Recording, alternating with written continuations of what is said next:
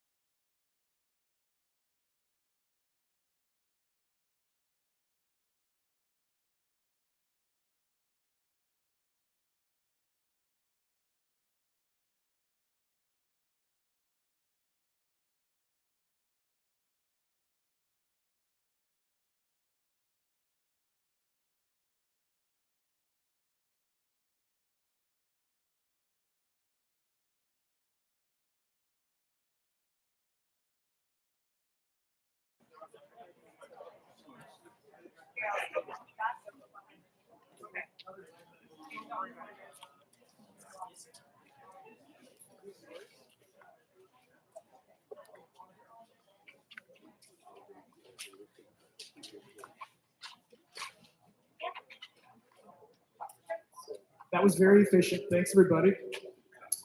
Good afternoon, and what an exciting afternoon it is. My name is Rick Orr, and along with Paul Rolston, I'll be your campaign co-chair for the In Your Hands campaign. I'm excited to be here and finally announce the official launch of the In Your Hands campaign. I say finally because, as you'll hear shortly, we've been working on this for quite some time already. So, in fact, the staff have been working so hard at this that we're already at 72% of our goal.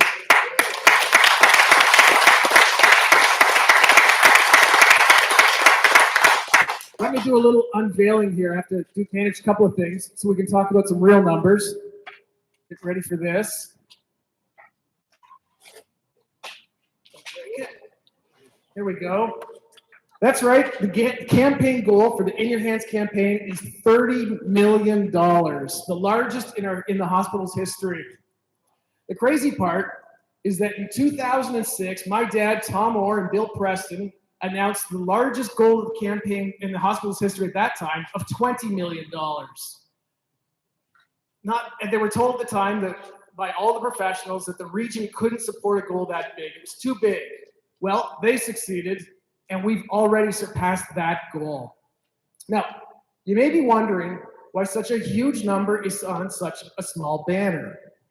You'll all appreciate when I say that these days, nothing seems to arrive on time or arrive in time. So in about 2 weeks, there'll be a huge thermometer up on the building right above us and another sign around the side. But for now, just use your imagination that this is 30 times bigger. I'd like to take a moment to introduce the Hospital Foundation staff. They really are the heart and soul of the organization, and it's through their incredible work that we've actually gotten to this 72% of the goal already. But could you just hold your screams and applause until we've got everybody announced and introduced? So first, I don't know where they all are because they scattered on me. Christy Mayer, Christy Wade is in the back. She does admin. Merle Clarkson is up here. She does media and development. Melissa Steinbach, Melissa's in the back. She does all of our finance. And our fearless leader, Andrea Page. Where's Andrea? Right there. Give it up for these four mighty women.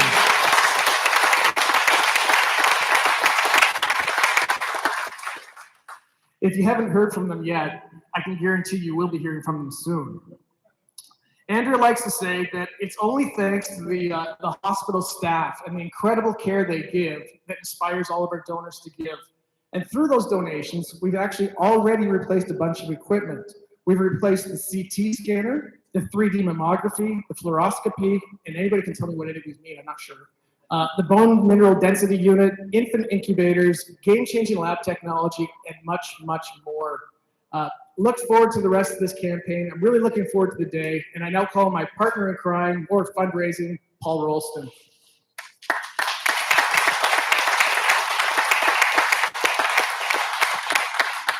Thank you, Rick. Welcome, everyone, this afternoon to our campaign launch of the In Our Hands campaign. As Rick said, my name is Paul Rolston, for those of you I haven't met yet. I've been a part of the Stratford General Hospital Foundation Board for most of the last 20 years, most recently serving as chair of the foundation for the last 3 years. I've recently retired from my career as a community pharmacist here in Stratford, and I'm very excited to begin working along with Rick as co-chairs on the In Our Hands campaign. This is an exciting project in that when complete, we will put the latest medical and diagnostic equipment in the hands of the healthcare team here at Stratford General. We're well on our way to achieving our goal, as Rick announced, thanks to the generosity of our community. We've been fortunate to receive 12 case-setting gifts of $100,000 or more, and these are displayed for you here in the front corner of the tent on the large checks. I'm going to take a minute just to highlight the top 4 gifts that we've received over the last while. A gift from the Van family in memory of Jack and Teresa Van was received last fall. And this gift from the family was earmarked for the redevelopment of our chemotherapy unit. I don't know if any of the Van Ness family is with us here this afternoon or not. I haven't seen anybody yet, but please accept our thanks for your contribution to the hospital foundation in this project in particular. Last September, we were here actually with members of the family and members of the foundation board and some of the staff from the chemo department and pharmacy to actually smash the wall that would open up the space in the hospital to redevelop the chemotherapy unit and pharmacy. That was a fun afternoon, and interestingly, I learned that afternoon as well that Jack Van Ness was one of the workers on the construction project that actually built the hospital when it was first built. As well, once again, and we don't take this for granted by any means, once again, the City of Stratford has approved the support of our latest project here at the hospital. We're most appreciative of their ongoing support, and I'll be calling on Mayor Matheson in a few minutes to make some comments. Now, there's a group of individuals at the hospital that quietly go about raising money for the foundation every day of the year. And these individuals are the volunteers of Stratford General, without whom we wouldn't be able to do the work that we do.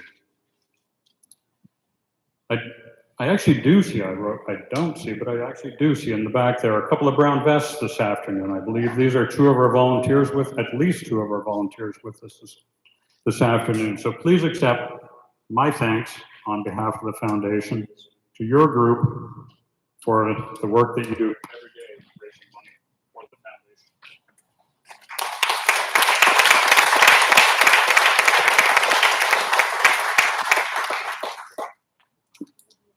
Thanks, Rick. You can tell we'll be a good team. As well, Bill and Corey Vink have contributed to our campaign in a very generous way. The Vinks, who I've not had a chance to meet personally, are with us here this afternoon, and I want to extend my thanks again on behalf of the foundation to Bill and Corey, and hopefully we'll get a chance to chat before we part for the afternoon.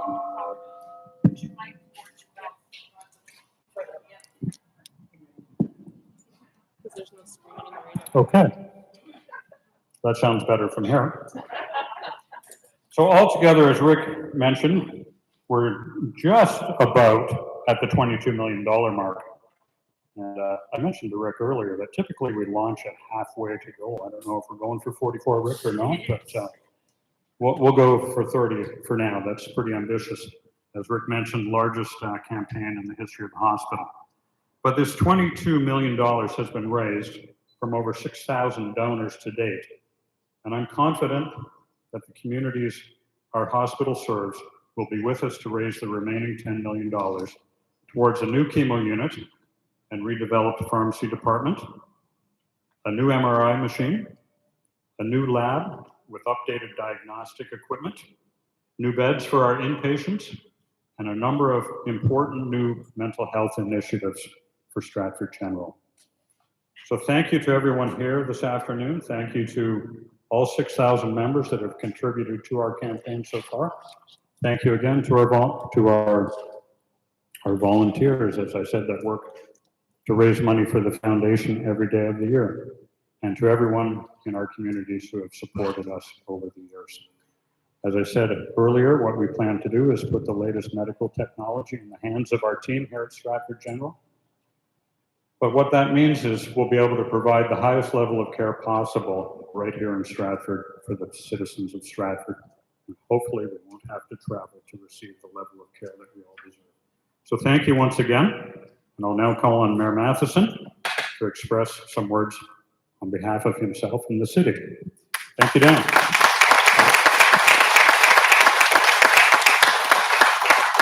Well, thank you so much, Paul. It's my pleasure to be here on behalf of the members of council, but more importantly, the over 32,000 residents of our community, and of course, the broader region. Over the last 2 years, I think for many of us, we've had the opportunity to experience the challenges within our lives that have made healthcare, the health of our family, the mental health of those in our community paramount in our thoughts and our prayers every day. This campaign, In Our Hands, represents investments within our community, bringing healthcare into our community at the highest level with the best equipment to ensure the care is where we need it, and that's in our own hometown. It's not that we don't benefit greatly from regional healthcare. It's that we want to be within our own institution, within our own community, providing the utmost care so it's affordable and attainable for everybody. Across this region, the County of Perth and parts of Oxford and Wellington County that benefit from this hospital, I think it's for all of us in this region that we look at the investments in this campaign, the over $30 million that'll be raised and the $5 million pledged from Stratford City Council, that we look at as a strategic investment in quality of life. Quality of life that defines our region, a hardworking area of arts and culture, agriculture, manufacturing, service sector, so many different things that come into play here. We wouldn't think twice about building another arena or sports field or making sure that we have arts and culture, so we shouldn't even give it a doubt that healthcare should be at the top of that list. And I'm proud to see the City of Stratford continuing a tradition that started back in the late 80s and 90s, where we continue in our annual budget to have pledges towards investments within this facility. And what we've done here is to continue an existing pledge to make sure that we are part of the In Our Hands campaign, to make sure that we show leadership to our community and our residents, and to make sure that those in business and those willing to give know that the taxpayers in the city are willing to step up as well. Thanks so much to the over 6,000 donors to date. Thank you to Andrew and your staff, Paul, and of course Rick and your campaign team, and Andrew and the hospital professionals. We trust in you each and every day, and thank you for providing the utmost of care for our community. Thanks so much.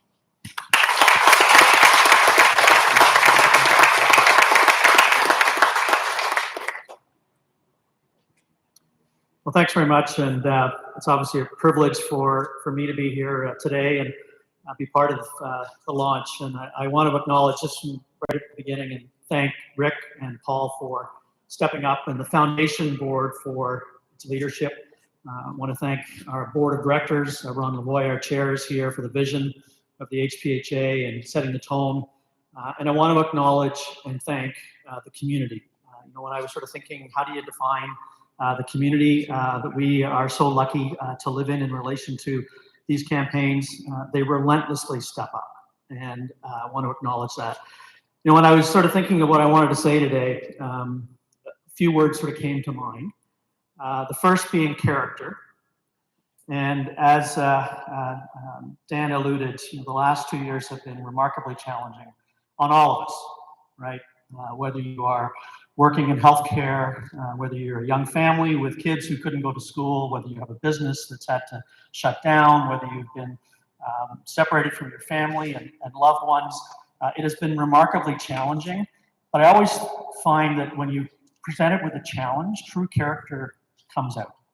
And I just want to acknowledge that and thank the team at the hospital, the HPHA, and the community for the astounding character that has come to the surface and continues to come to the surface as we have dealt with a very challenging situation and dealt with it, I believe, remarkably responsibly in the context of our options available. So I want to thank you for that.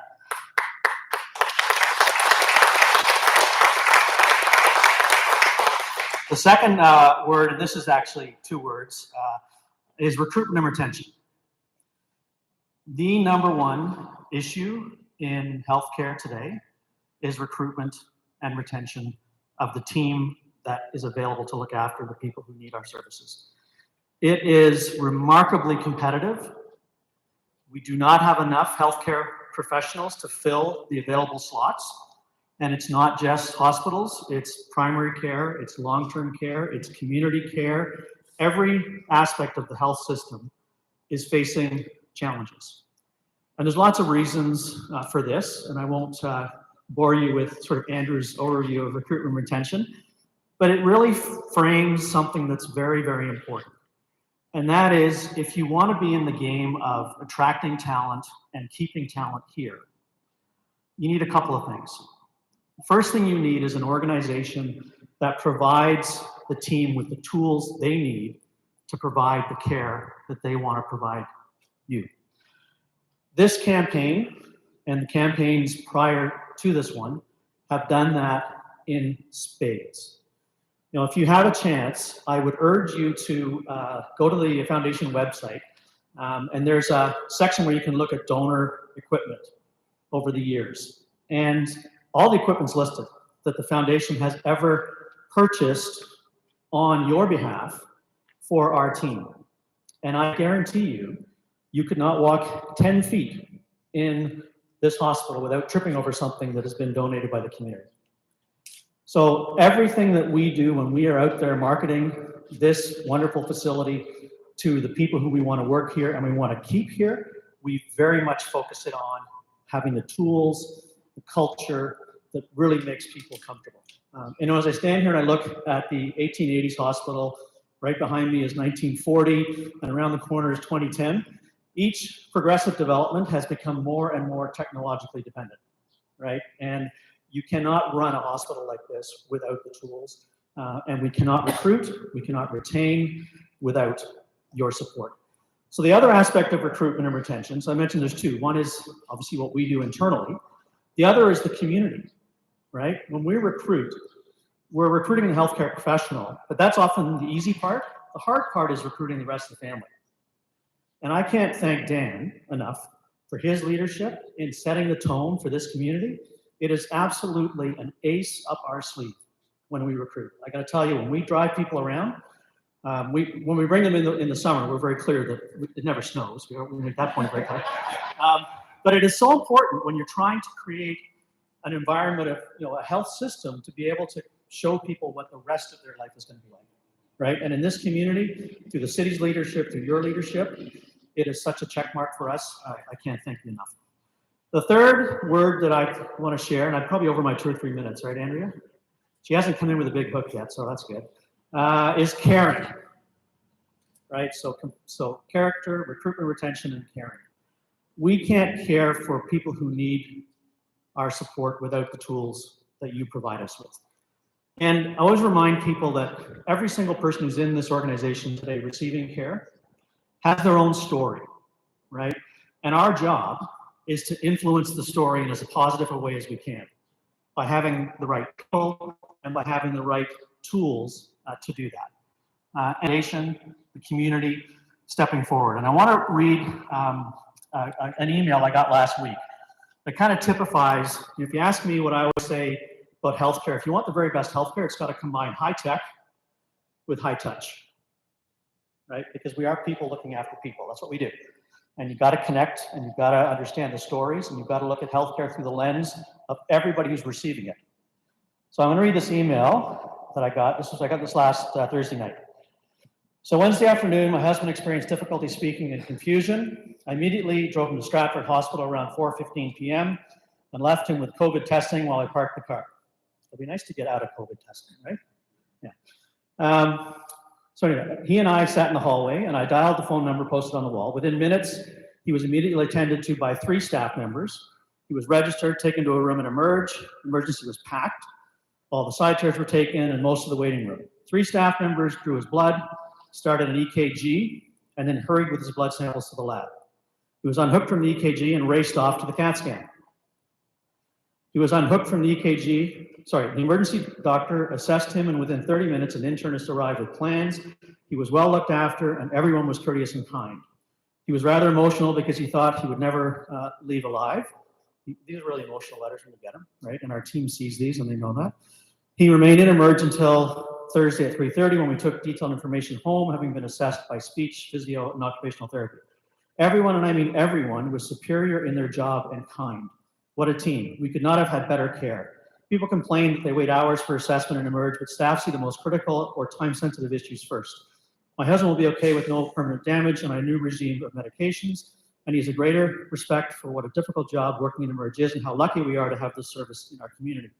And that email sort of encapsulates everything that I always want to say to people. He left here feeling comfortable because of the way the team engaged with him as a person. He was able to leave with the confidence that he was being looked after because of the technology you helped us purchase, right? So a really wonderful example to me of how high tech, high touch is what we're all about, and we can't do it without you. So with that, I have the privilege of introducing our guest speaker. And we actually have, we're gonna do a countdown. I'm not sure if any of you have connected the dots here to campaign launch and an astronaut. So if you haven't, you have. So I'm going to introduce her, but we're going to do the countdown first. We're going to go from 10 down to blast off, and we're starting at 10. So those of you who are nervous and don't like talking in front of people, get confident as we get closer to the actual blast off. Okay. So we're going to do that, but before we do the blast off, because then I'm going to ask Dr. Bondar to come up, I'm just going to quickly introduce her to you. And those of us who work in healthcare, who work closely with specialists like neurologists, we understand the skill and the expertise, the passion and the commitment that you have to bring to the table to excel in that space. But to do that and to be an astronaut as well, I can't even fathom it, to be really candid with you. Dr. Roberta Bondar is unique, not just for being the world's first neurologist in space, or for her pioneering space medicine research. Academically, she is one of the most distinguished astronauts who have flown. Dr. Bondar will speak with us about her knowledge of healthcare, working with communities, and the important impact of our In Our Hands, High Touch capital campaign. So with that, we're going to do a countdown, and then I'm going to hand the podium over to Dr. Bondar. So, 10, 9, 8, 7, 6, 5, 4, 3, 2, 1. Blast off! All right.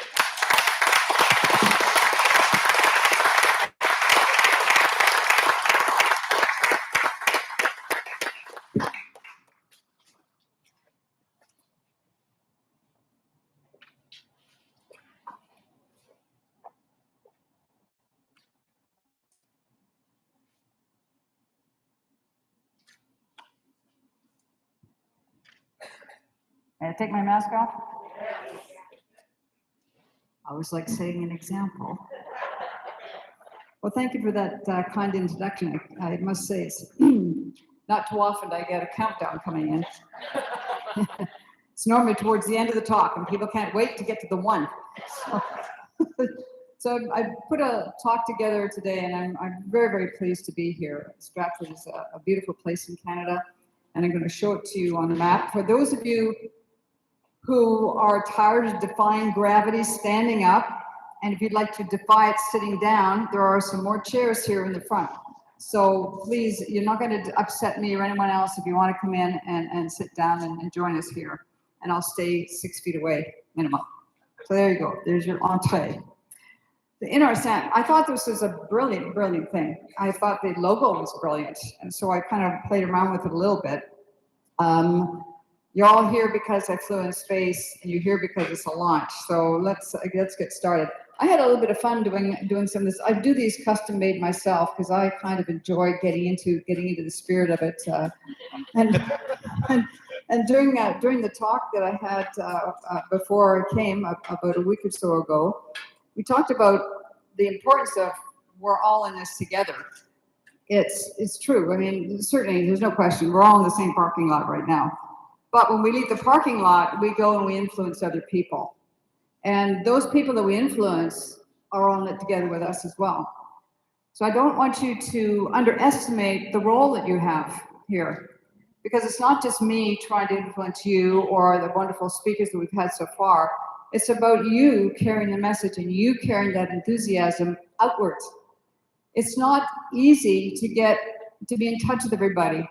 And I remember when I was in the astronaut program, one of the things that I really respected a lot was working with the press. Now, maybe that sounds a little odd for somebody who people in my position have had difficulties with the press, but I can tell you that there's only one way you can get a message out, and that is to communicate somehow through social media. And the press does it very, very well. So we communicate through any kind of print media. We communicate through something on television. But communication is really important. And the basis to me of communicating a message that's a strong one is that you believe in it. The fact that you're here means you believe in it. So now you go forth and make someone else believe in it, because we need to. I was thinking on the way here, I remember I've been at a couple of things where, not identical to this event, but at events, especially when I was chancellor at Trent University for 6 years. Or we'd have something outside and somebody be standing up and suddenly they couldn't stand any longer and actually fall over. And one time I was at a big hospital in Toronto, and I'm sitting, the people are in the audience and they were sitting in nice chairs, and somebody stands up to ask a question. Well, the person had no longer, not soon enough got that question out, but passed out. Now, I don't know how many doctors there were in that audience, and someone's yelling, "Get a doctor!" You know, and I'm thinking, okay, there's all kinds of them here, and then it's a nurse that comes up.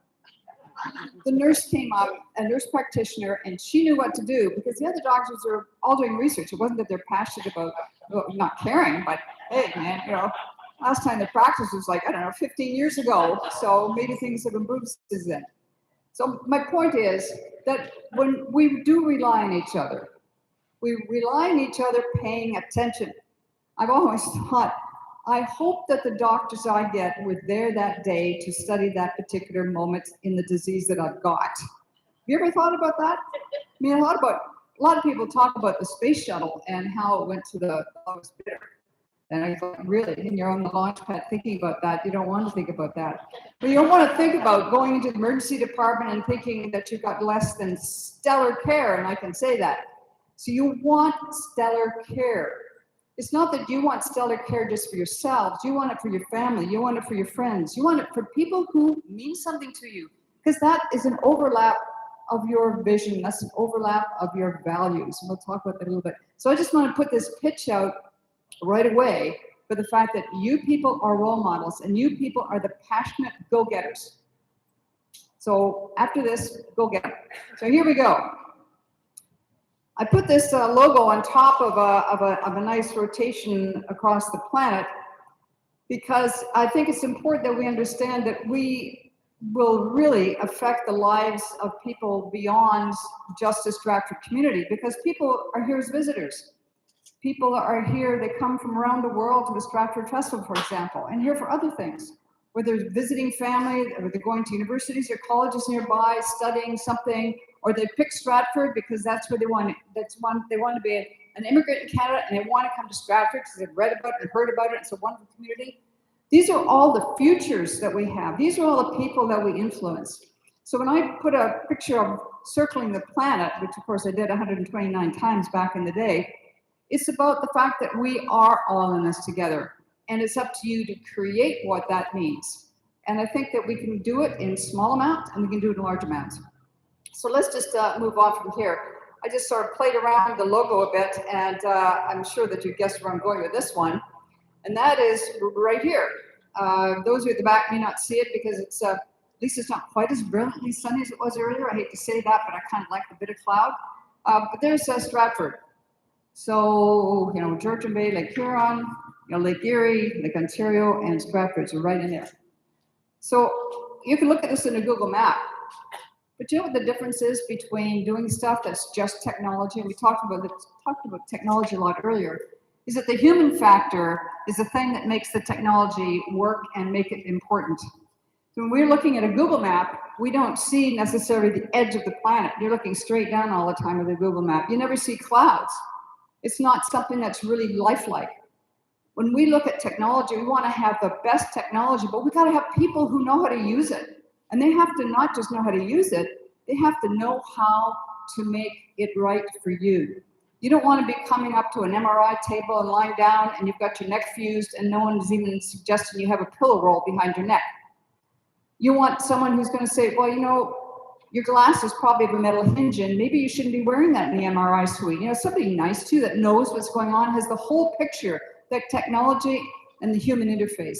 So that's very, very important, and that's why I like to show a lot of images from space that have been taken by a human being rather than just the technology of satellites. I'm sorry, somebody mentioned launch and a countdown. Well, I thought for 90 seconds, you might as well hear one. We turned it down a bit. Now, at this point, you're probably wondering what the heck was anybody thinking in there? Well, it is a very rough ride. And they don't do this anymore, but I can tell you, you could feel every one of those puffs of smoke, like somebody shaking you by the shoulders or going over a railroad track without the benefit of the rails. It's just constant. I mean, you think the roads are bad after winter? Ha! Nothing like this. And then, of course, it was not the very best engineering design to have managed to put the rocket ship right on the back end of a thing that was blow you up and did.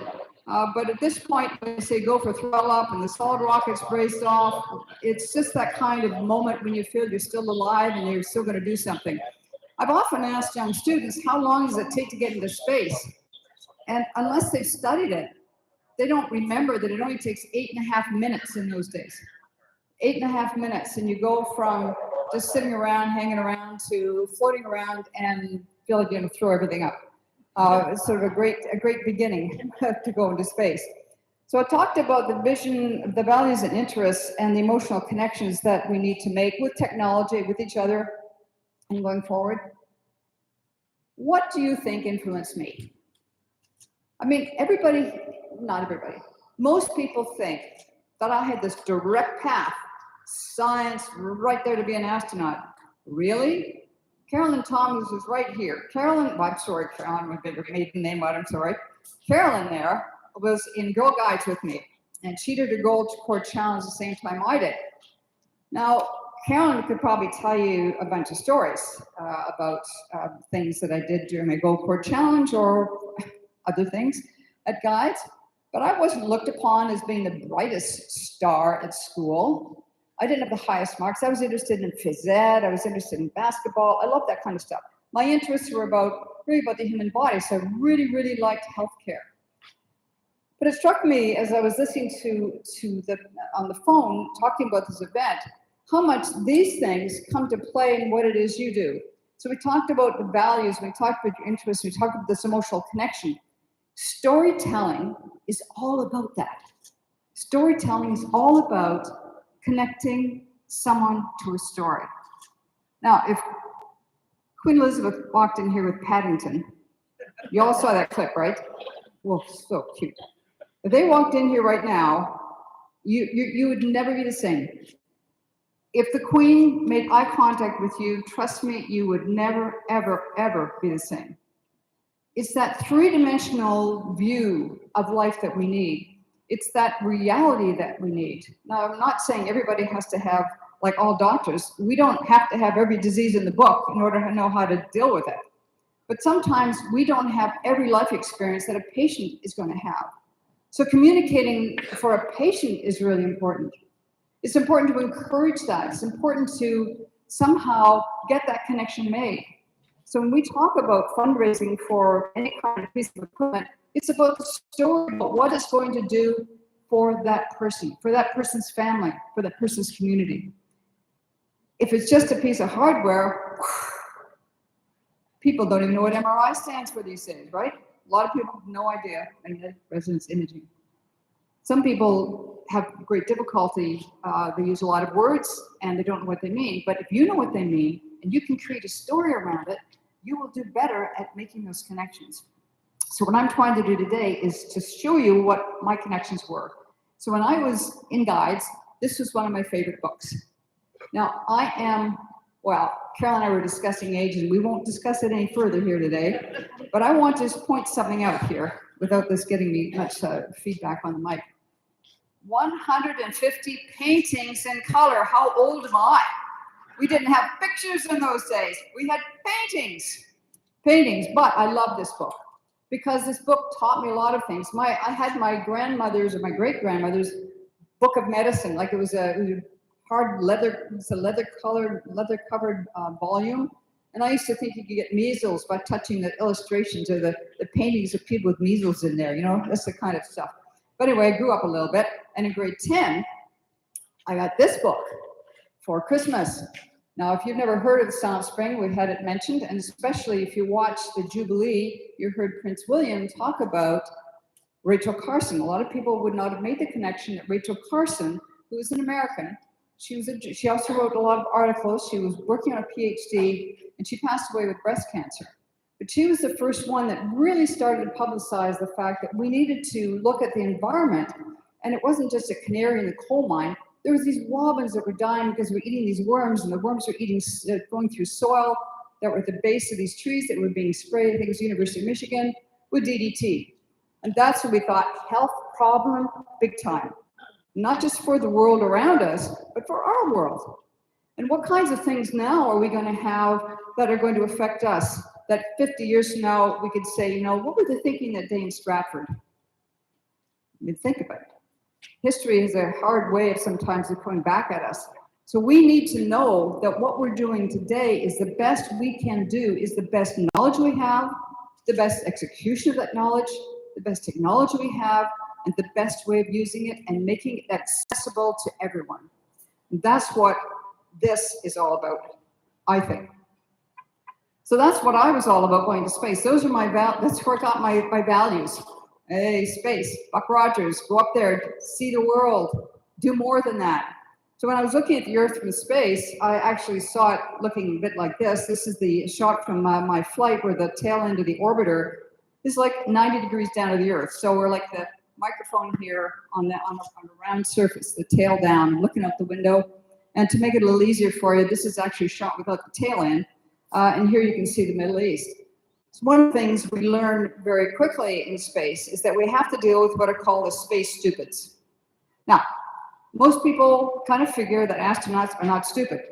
And you can never call a stupid person stupid. But we get called having the space stupids because when we first go into an environment, just the way a patient would come into the emergency department or even a laboratory to have any testing done or imaging done, disorientation is the word. You get disoriented emotionally, let alone spatially. I don't mean spatially like in space, but things that have relevance one place to the other, where a chair is, where the bed is, things in places you wouldn't expect them to be. Expect the bed doesn't look like that. I gotta lie on that. So when we talk about going into space, we have this tremendous disorientation because we're not like you guys sitting in a chair and you got things horizontally, and you got things vertically, and this is kind of nice. What catches your eye in a logo? It's the lines, it's the curves. They catch your mind in a logo, not vertical and horizontal. So when we get into space, we are tumbling. We're just like anything else in the air. We tumble around, things move obliquely. We look at the world differently. If you can imagine a bicycle wheel with spokes in it, down here, you can see the spokes and you look at the horizontal ones and the vertical ones. You get into space, it's all about oblique. There's nothing that's horizontal. It's at the very odd time we will register that something is horizontal. And we get disoriented. We get what's called the space stupids. For people who are in administration, especially with COVID, that's what we ran into. We ran into that in the emergency departments.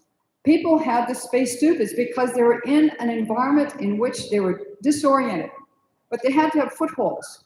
And the footholds were each other. The footholds were things that you knew worked before when you had infections. You knew intuitively certain things had to happen. And so people tried to get these footholds into some place that was manageable.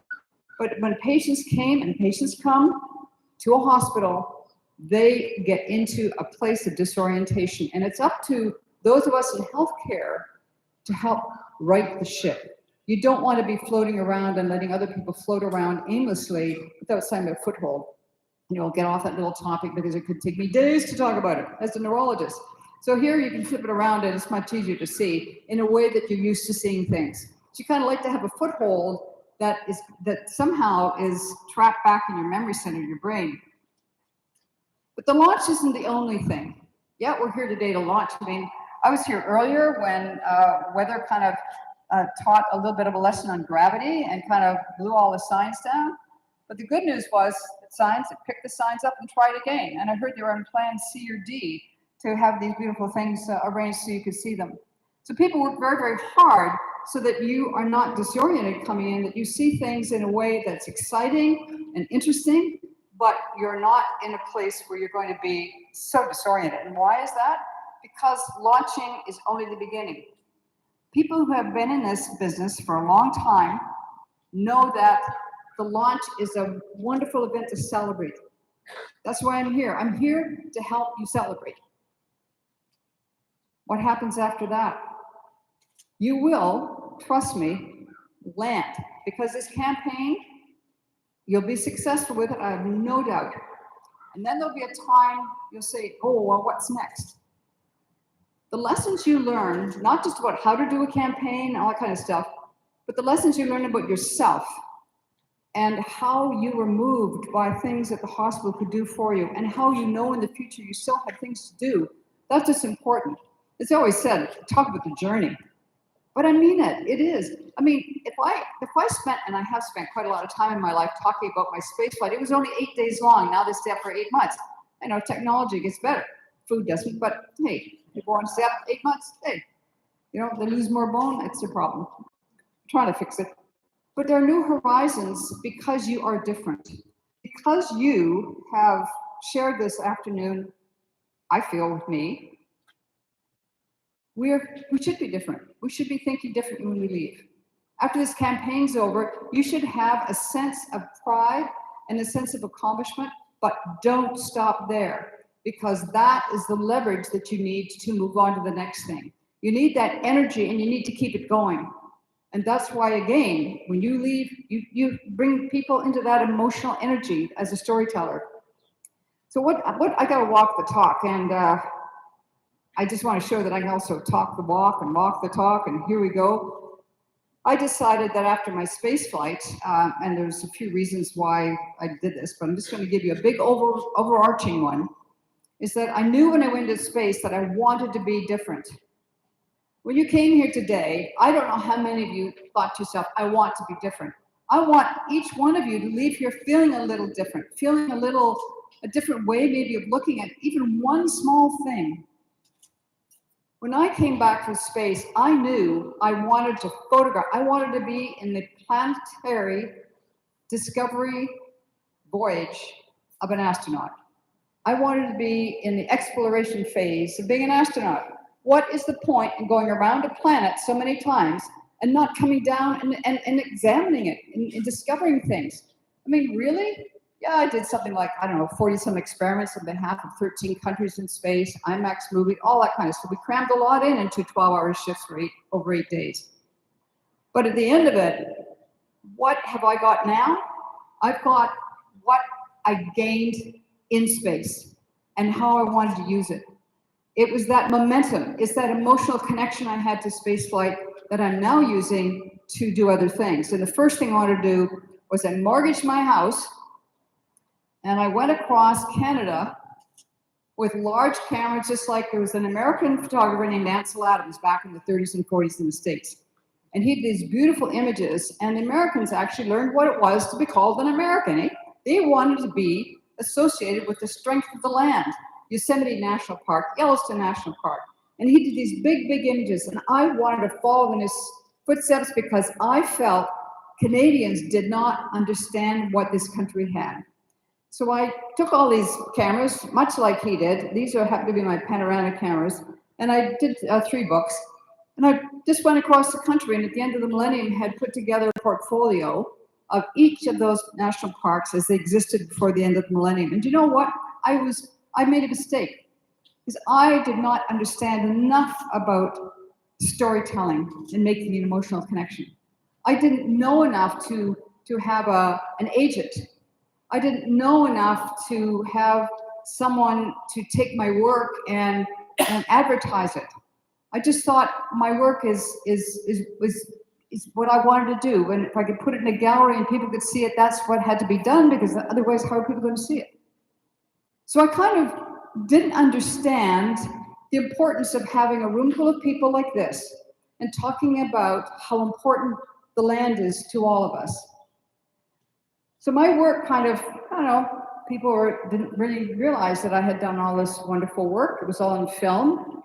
There are a lot of technology reasons why, but I persisted. I persisted in my dream. This is an image of our highest mountain in Canada, which is Mount Logan. And you won't see it from the back, and maybe not even from the front, but these images are so high resolution. There's one right now in the Senate. You know where the Senate is? Back down there, down the road in Ottawa? Is that on the train track down there somewhere? There's a building called the Senate, and in the foyer of the Senate, there are 2 images. One is by a renowned landscape photographer named Ansel Adams, And the other one, kitty corner to it, is one that I took. And they're both 4 feet by 5 feet. Very high resolution. Mine, I'll show you a similar to it, a bird in a minute. But this was taken on the eve of the 30th anniversary of the Apollo landing on the moon. And I was taking it in an unpressurized helicopter. I just love danger. And this unpressurized helicopter was here, and the moon is right there. And I'm taking it with a Hasselblad camera, which is the same type of camera that the Apollo astronauts were taking from the moon of the Earth.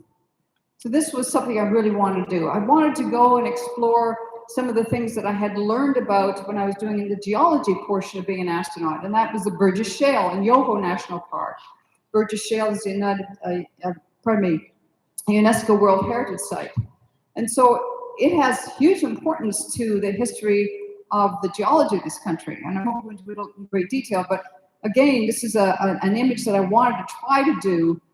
But if you notice that I am now putting a lot of oblique lines in. I love panoramas because they remind me of the horizon from space. So I'm taking the things that I learned from my space flight, how they attracted me. The Earth was the storyteller for me. I didn't have to do anything.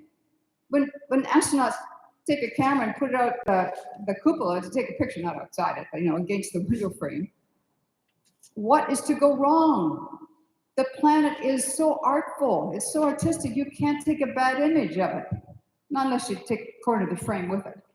So the Earth is so beautiful, it's very difficult not to want to include oblique lines in or the panoramic view.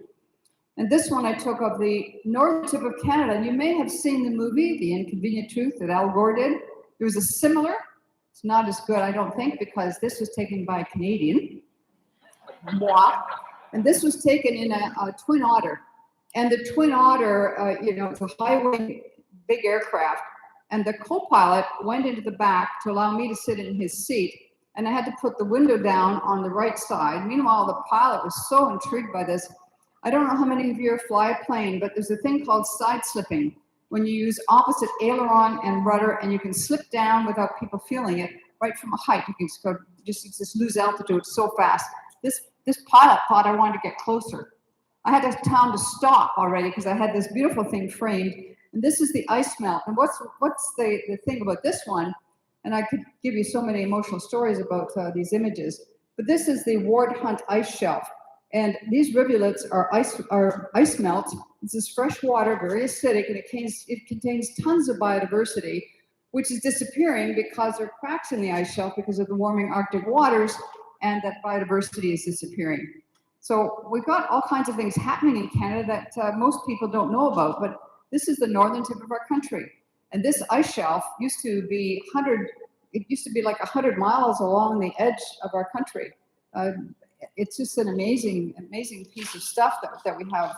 One other place in that particular national park called Katinupak National Park is this Tanku Fjord.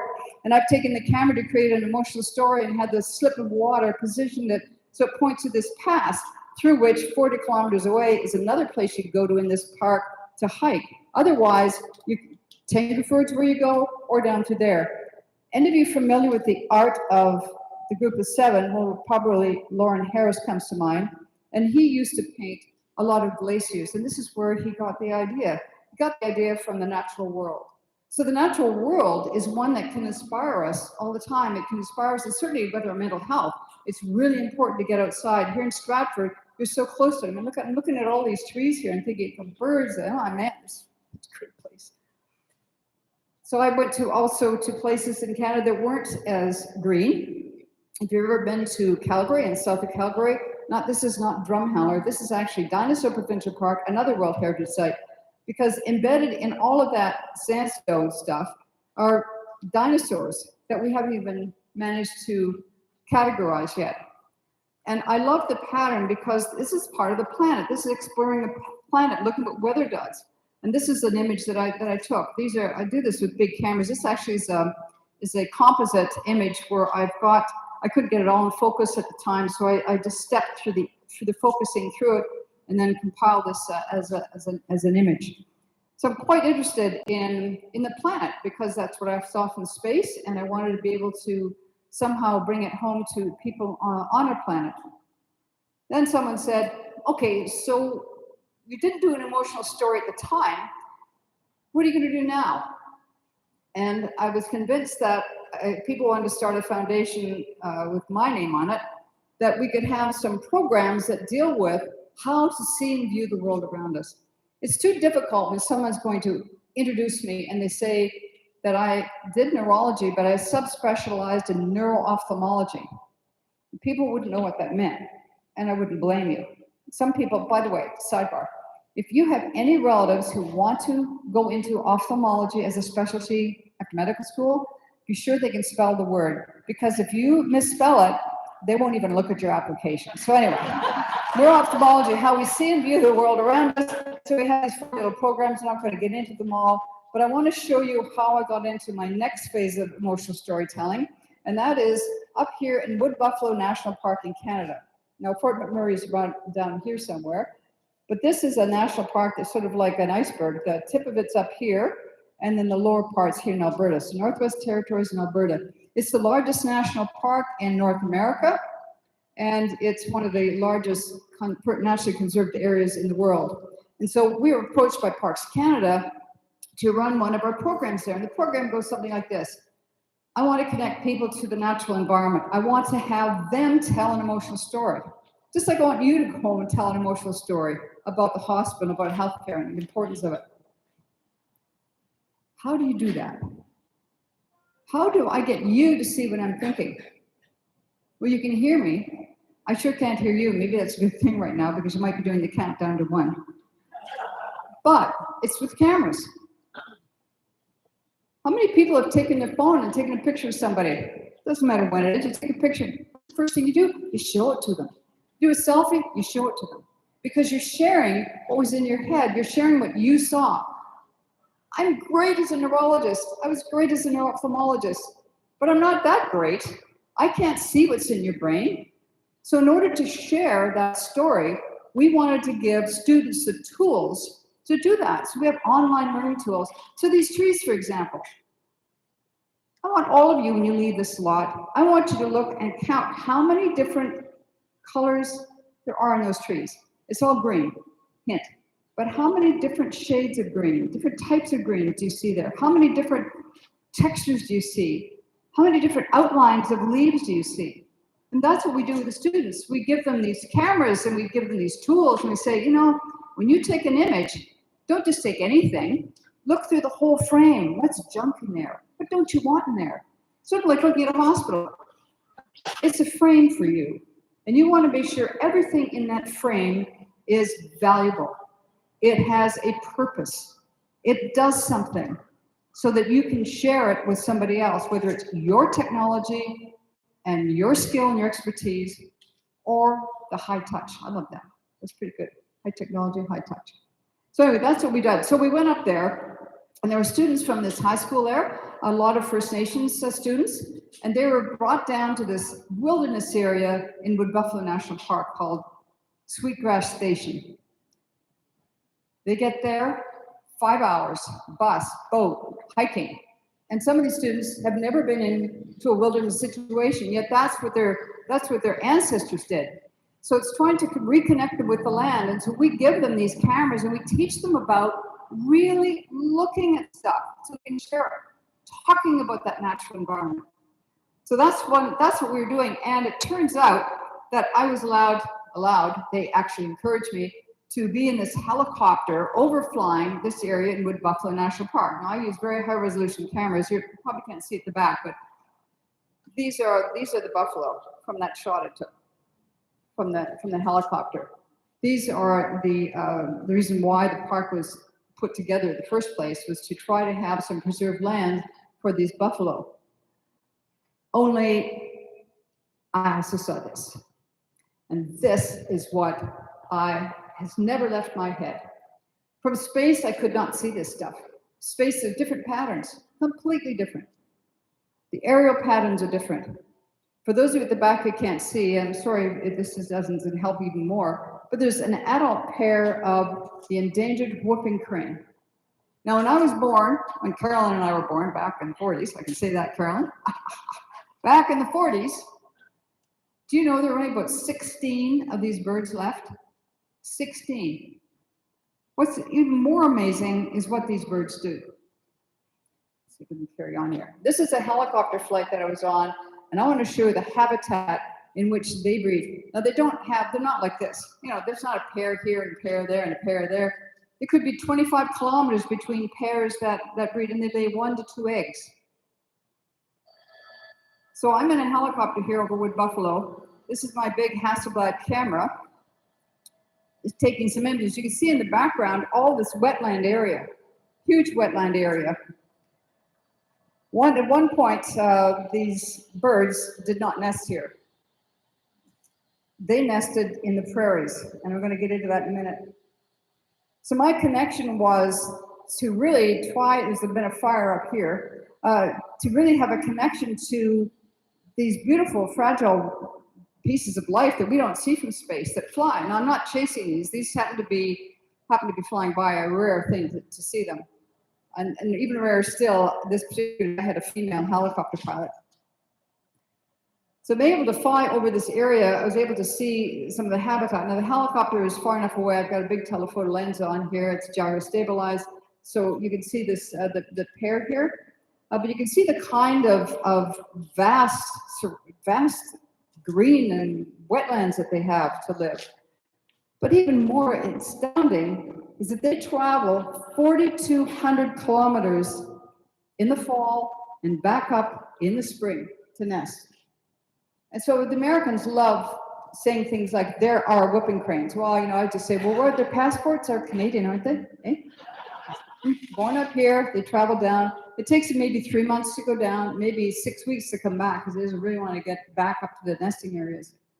I'm going to show you a little bit about that corridor, because these are phenomenal creatures. Back in the 1700s, this is the distribution of grasslands, everything. I don't expect you to read all of this. This is ocean and water down here. But this is the migratory pathway of these whooping cranes up here from the Northwest Territories, down all the way down through here. And you can see, you'll start seeing the shift in the type of usage of this land. So this was all boreal forest. Look what happened about 1900. Things started shifting and the land was becoming much more cultivated, which is the purple, and then some grazing. But by 1990, there's still some boreal forest there. But look at all the cultivated land. Look at all the grazing that's been going on. And now, we have not put this in, one of the story maps would be the wind farms that are going to come across here. A whooping crane will travel 5 kilometers away from any tower of a wind farm, and they're going to build tons of them right across this area of the Midwest. We've got to get better with that technology.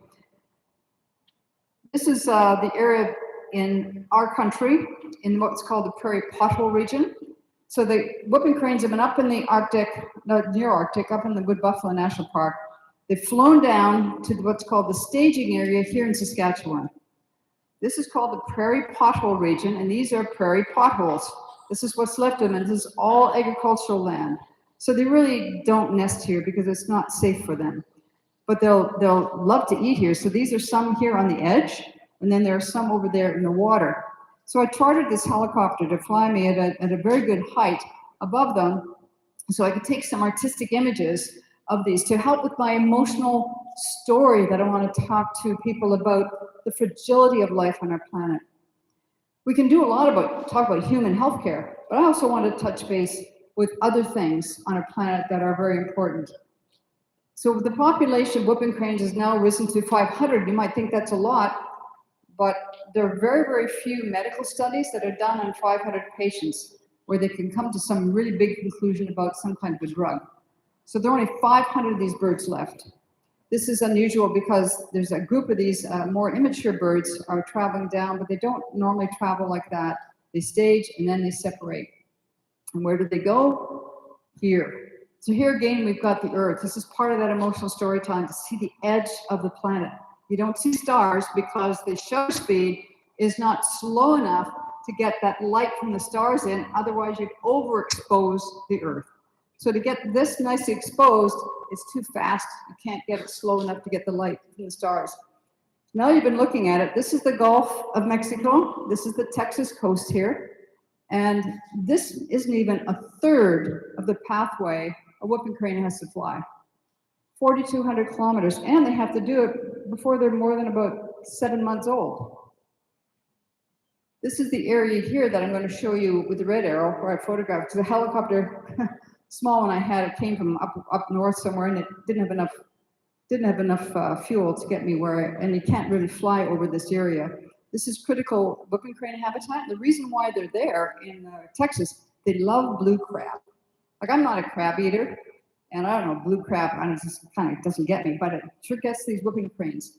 And they're not there, the whooping cranes aren't there during hurricane season, which is right now, but the blue crabs are. And hurricane season, climate change can wipe out the blue crab population, and it can also start really affecting the health of the whooping crane.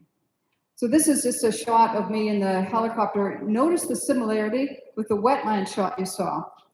This is that one place near Aransas National Wildlife Refuge. 0 points to them. So you see, there's just 2 here. Where are the rest of them?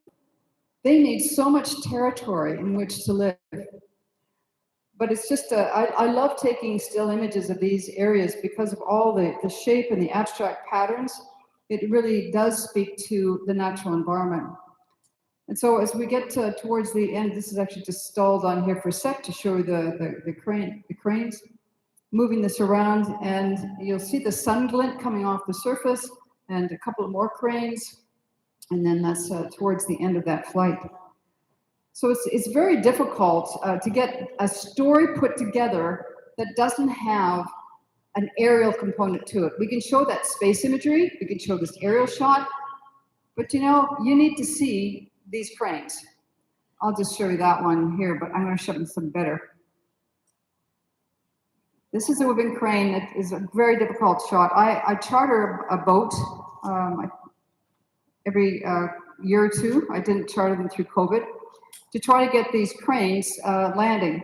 And then the next shot is the emotional one that I like because it really does. This is a young one. It's probably about, at this point, about 10, maybe 8 to 10 months of age. Still had the brown head. The adult has bands on it, so even from a distance, you'd be able to get binoculars and know what that crane is, where it's from, where it was banded. But this is human behavior. These now look like human beings. That's why we're connected with these birds right now, is because you can think about an adult wanting to protect its young. You can think about people that you want to protect who are more fragile or in more need of protection. So that's the kind of emotional storytelling that I'm in the middle of doing. And I don't want to leave it just here because I have a few more minutes, don't I? Looking at my watch, I got a few more minutes, don't I? Right? I can't see them, so I'm just going to carry on. Where is this? Anybody know where that is? I heard someone say Africa, and that's right. This is the southern tip of Africa, South Africa in here. And as you go around the corner, it starts bulging out towards Namibia.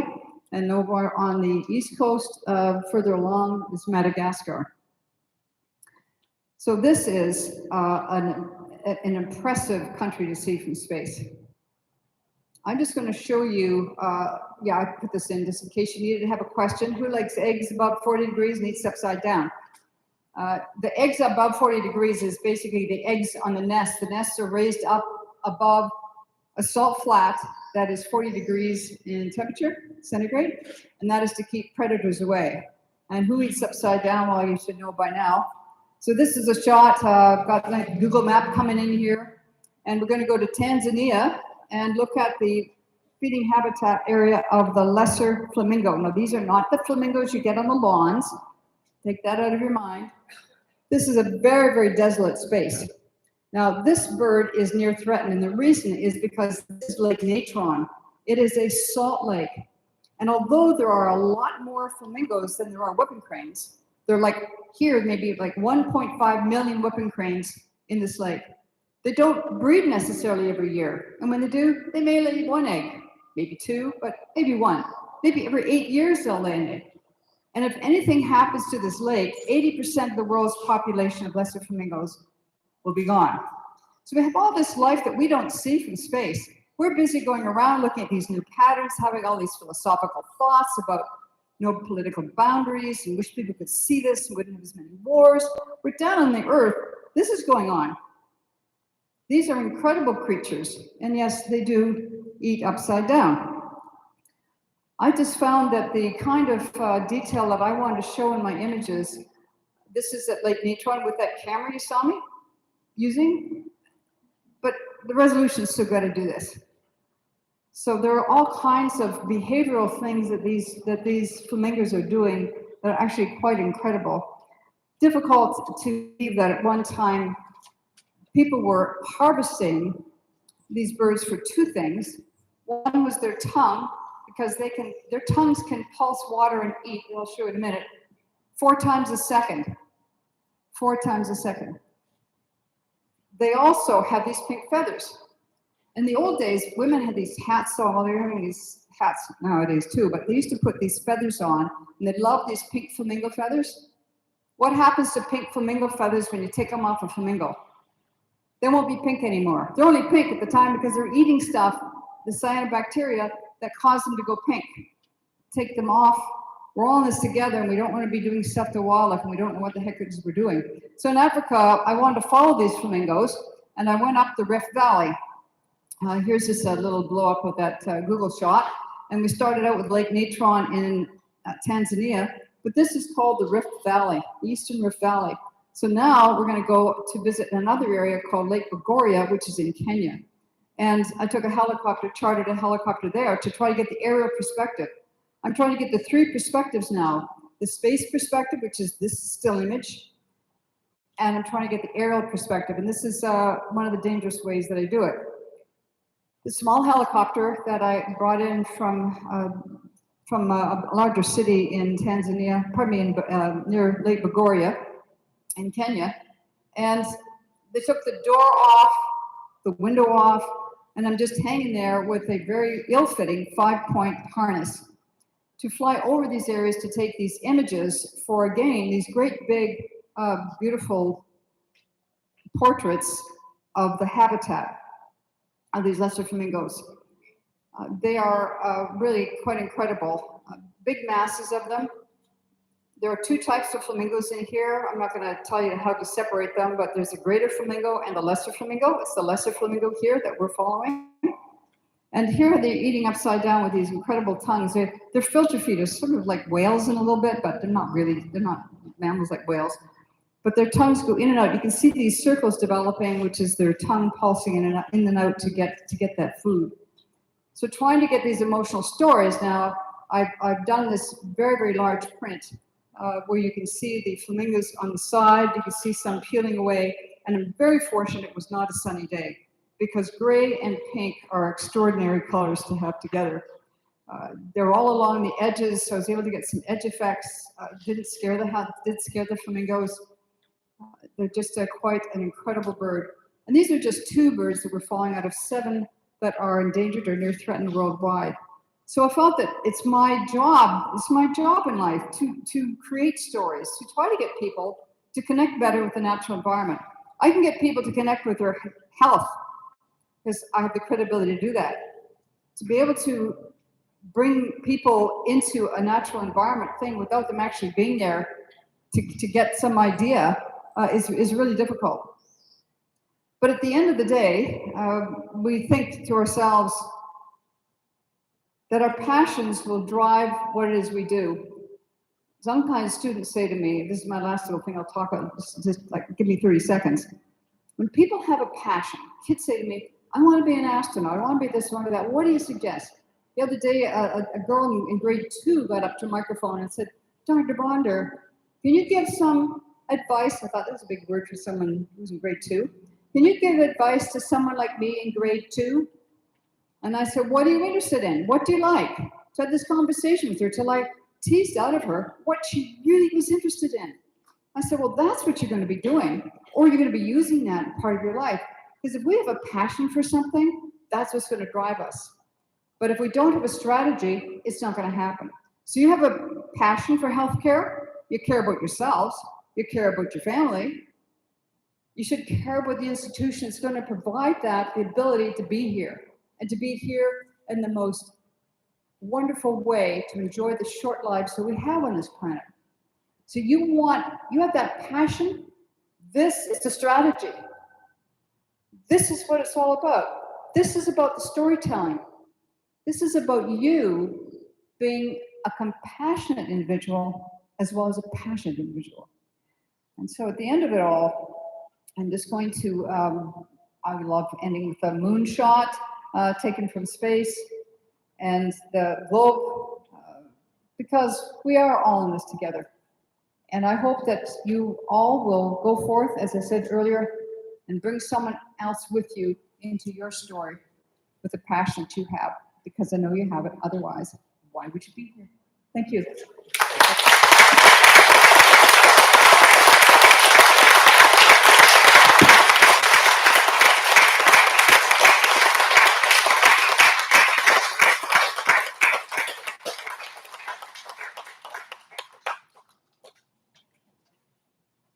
Well, thank you so much, Dr. Bondar, for giving our launch such a tremendous lift and for sharing your story and your passion about not only the whole world, but how it relates back into our stories and into our local health care.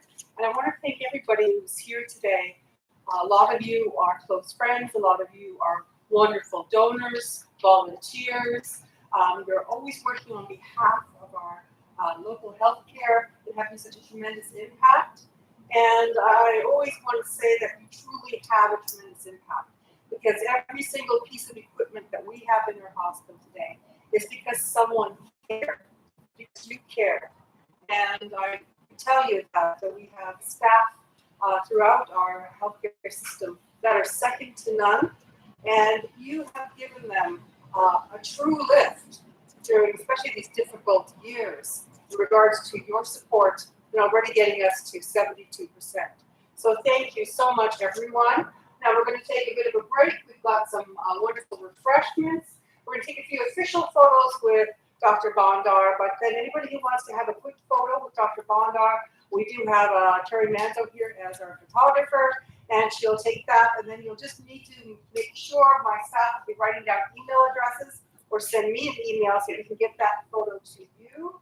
And again, thank you for joining us for this wonderful launch. Take care.